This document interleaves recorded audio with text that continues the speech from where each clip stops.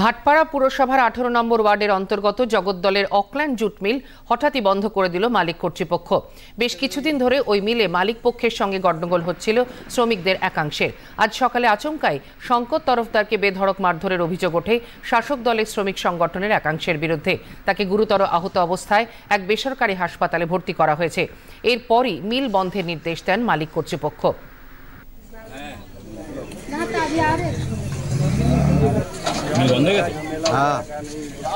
বন্ধ করলো কেন জানেন?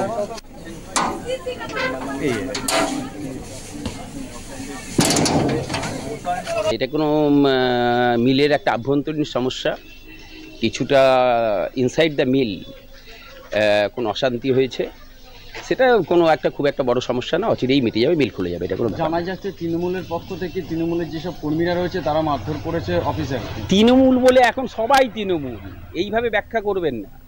এখন একটা অশান্তি হয়েছে, এগুলো দলের সঙ্গে কোনো যোগাযোগ নেই, এর সঙ্গে রাজনীতির কোনো সম্পর্ক নেই। কি নিয়ে বন্ধ হচ্ছে আমরা তো জানি না, আমরা সিলাই ডিপার্টে কাজ করি। কি বললো? বললো কি মিলটা বন্ধ। কারা বললো? ওই সবাই বেরিয়ে গেল, আমরাও বেরিয়ে গেল। আমরা ঢুকেছি কাজ করতে করতে, হঠাৎ শুনলাম কি ঝামেলা হচ্ছে গেটে। ঝামেলা মাঝে মাঝে হয়, কি মারপিট হয়েছে। আমরা কন্ট্রাক্টের লোক, আমরা বেরোয়নি, জিজ্ঞাসা করিনি।